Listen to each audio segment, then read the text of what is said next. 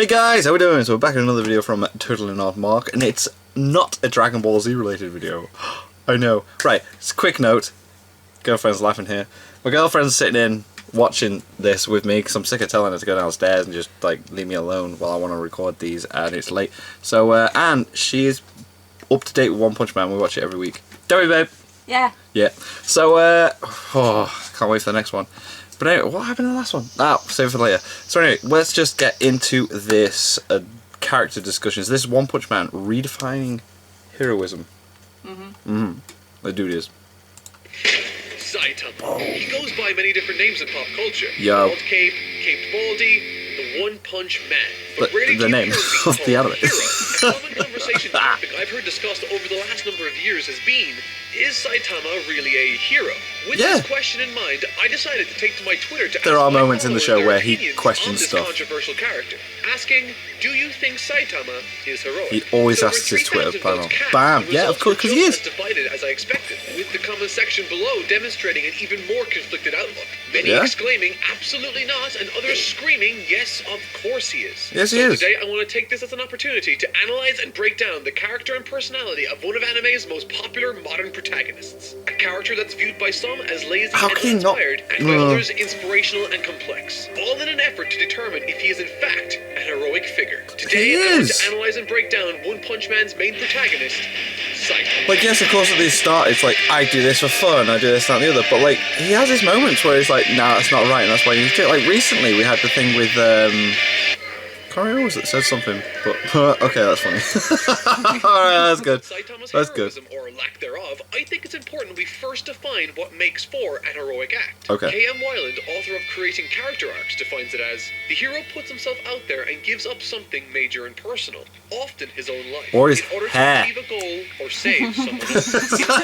I'm sorry, I just had to, yeah. Seems to play No. an important role in defining He trained that heroic much. acts. Typically, this character finds themselves in a number of familiar situations, most depicting the hero with his back against the wall, fighting for what he thinks is right, regardless of the dangers associated. And seeing as One Punch Man deals with superhero tropes specifically, let's take a look at the film Captain America: The First Avenger. Acting as the prime example of what I think most people might agree on is the definition of an heroic figure Why have in you pop got culture. Hercule Captain on America this? in this film is certainly Say not what's short of up. his fair share of heroic moments. Yeah. The most obvious being its ending, as Cap makes the difficult decision to And crash crashes the into the plane ice, he's okay, flying yeah. to save the world, choosing to end his own life for the greater good, losing everything important to him in the process. However, I think the best example of an heroic moment from the film is this. The grenade scene! Fucking boss! Everyone fucks off, and he's just like, This is nah! a perfect example of a scene that shows off exactly what many would argue are important attributes in making your hero a hero. Yeah. Without delay, casting yourself into harm's He didn't way even in order need to the preserve the well-being of muscles. someone Didn't need the muscles. An altruistic act of good. A common argument I've heard is that Saitama, a person that's resilient to the point of being near indestructible, cannot have a scene like this. He can't be brave like Captain America or Spider-Man because, unlike them, he isn't physically threatened by anything, and therefore can't sacrifice his physical well-being for the good of others. And that's absolutely true. Yeah. But it wasn't always the case. In one of the very few glimpses we get as readers into Saitama's past, we see a powerless, young, disillusioned man apathetic in his struggle to find a job. Confronted by a monster seemingly for the first time in his life, he puts up no fight to protect his own life once threatened. The monster explains that he is after someone Going for a little kid. moves along without harming Saitama. On his journey home, he encounters the child that the crab monster is after. Before long, the crab monster arrives on the scene to confront the child in front of Saitama, ready to kill him. Without thinking, Saitama Just goes for it. in harm's way, saving the child's life. He decides in that moment to pursue his childhood dream of becoming a hero that defeats villains. And he does just that. Tie on the eye and in that pulls pursuit, he loses the ability to be physically vulnerable to attack, which is the most common threat to be issued to a hero by a villain. As a result, if the modern Saitama was put into the same position again, it wouldn't have the same tone or sense of danger and sacrifice, thus losing its air of heroism. And the author of One Punch Man was aware of that, which is why we have characters like Genos that exemplify a more traditional power set and moral compass, dealing with situations for the good of others even in the face of absolute destruction. However, does this mean that because of Saitama's seemingly invulnerable state of being, it's fair to say that, since gaining his powers he hasn't done anything nor is he capable of doing anything heroic? No. In Robert McKee's book, Story, he writes, "Story is about archetypes, not stereotypes. The archetypal story unearthed a universally human experience, then wraps itself inside a unique culture-specific expression. A stereotypical story reverses this pattern. It suffers the poverty of both content and form. It confines itself to a narrow, culture-specific experience and dresses in stale, non-specific generalities. In other words, it's the characters and their arcs that should dictate the scenes that are created. What's that not anime? the other way around. Shit, And so, that's the one where they're because making the certain manga genres and they're produce like stories that competing with each often other. portray Anyway, certain no, characters sorry. in specific ways. When an author writes their story, they might feel compelled to shoehorn their characters into specific scenes they have in mind, to create scenes or story beats that are more familiar to the viewers or readers. Or put more simply, forcing tropes in unnatural ways. An example of this misuse of character can be observed in the film Suicide Squad, where a group of villains of varying expertise and ability are thrown into a situation they wouldn't naturally choose to be in. However, the issue with this story becomes abundantly clear when characters like Harley Quinn, Killer Croc, and the rest of the team decide to save the day at the end. Not because it I makes love how sense for their characters instead of to just come to saying the conclusion, everybody, because that's what the well, although easy some people are not there at the end, It's but a yeah. classic case of stereotypes driving the narrative instead of character. Yeah. Come on, let's go. In the areas Suicide Squad failed, I think One Punch Man seems to have its strengths. For a show that deals with supernatural heroes and monstrous characters on a regular basis, it never loses itself in the stereotypes and pitfalls of the genre, embracing that side only when it makes sense or if a joke is being made. Midway through the first season, a character by the name of the Deep Sea King is introduced as he wreaks havoc on a city, claiming the lives of many and taking out numerous impressive heroes along the way. Right as the last line of defense for the citizens of the city is crushed, Moomin Rider. Moomin Rider, man. Oh! The right thing, having traveled miles by bicycle, He is a arrives beast. to help in whatever way he can. The characters watching I in the background cried. and all of us watching from our homes know that he doesn't stand a chance. Not a chance. And in possibly one of the most moving moments of the series, we watch a man humble himself both physically and verbally because he knows that giving it's right. everything he has to protect people is the right thing to do. The devastated and frightened crowd turn to roaring support and applause as they cheer for Moomin Rider. Barely Go standing, for it, lads. he uses the support of the people to psych himself up for one last great attack. And then boom.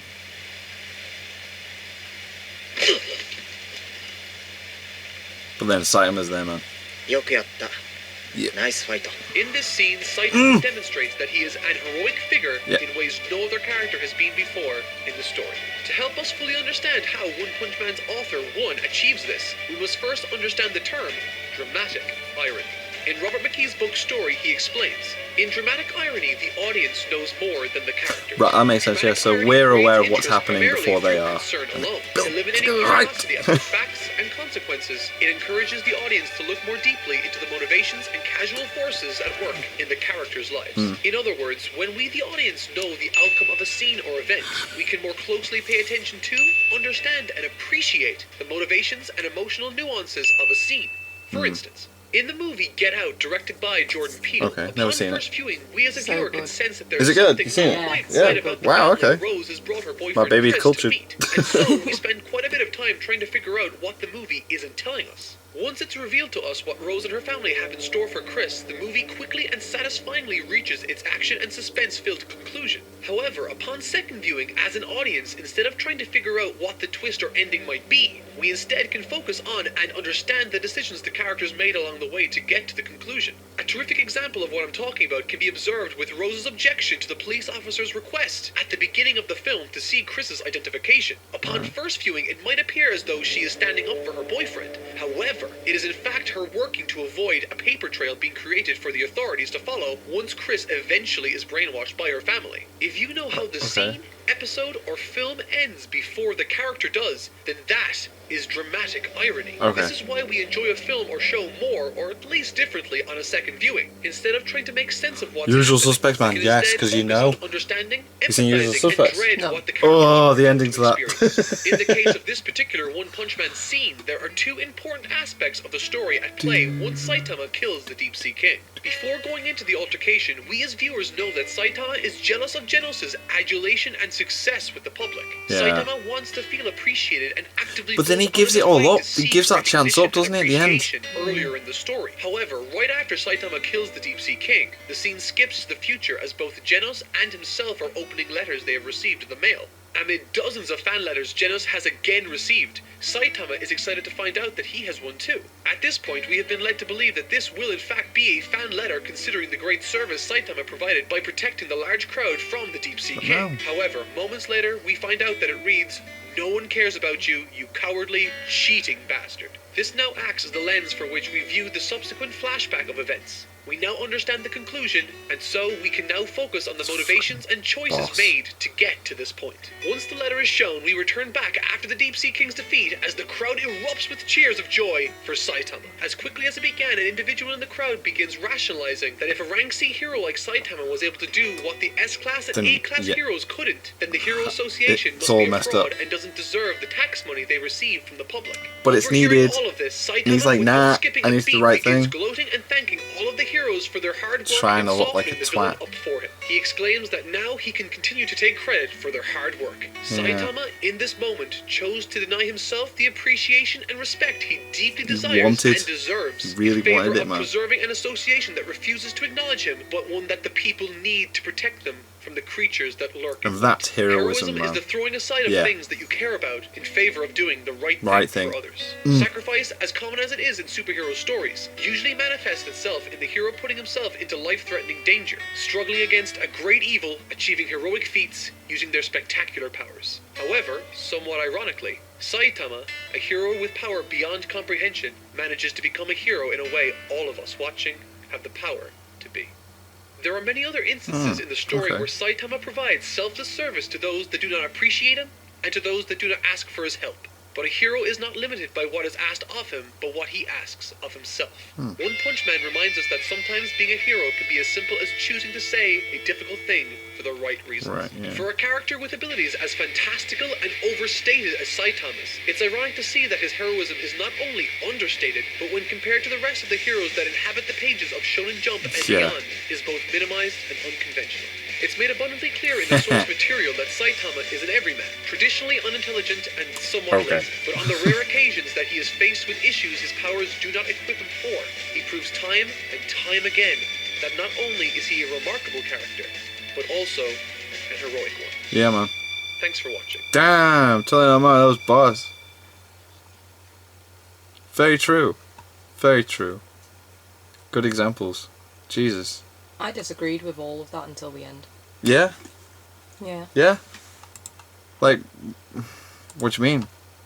I wouldn't class Saitama as a hero, but after that scene, yeah, I forgot that. Yeah, man, it is, isn't it? Because like, he wants to be recognised as a hero, and he has the moment to be recognised as a hero, but everyone's questioning the whole hero society that's been there the whole time looking after them, and he's like, no, that needs to be there. I can't let them think that it's not needed to be there, so I need to be the dickhead now. Yeah. That goes, haha, I'm not really that strong, I'm just taking credit for everything, and then everyone goes, well, boo, use you as an example of what's wrong with it, and then everyone still believes in it again. It's cool, man. He's a hero. He's a fucking boss. And season 2 is really good. Yeah, good so far. So far it's been amazing. Garrow, man, is freaking awesome. But we're not talking about that. We're talking about this. That was a good video. If you guys don't mind me doing that, it's just like really enjoying Totally Not Mark's like character analysis videos of the Dragon Ball Z characters. And as soon as seeing that, and I'm really enjoying season 2 of One Punch Man, and I think everyone's watching One Punch Man at the moment. If you're not, you should be. What's wrong with you? So I thought that was cool, and that was a really interesting video, and some very, very valid points made there. So yeah. Do you want to say hi? Do you want to, or should we say that for another one? What? I was say, do you want to like pop your face in, or you don't have to? There she is. Oh, I look fat. Nah. It's the angles, babe. It's the angles. Yeah. But you didn't. I mean, yeah. Anyway, thank you guys very much for watching. What do you think of that? What do you guys? And what do you think of my eyebrows? They're on point, babe. They're on point. Damn right.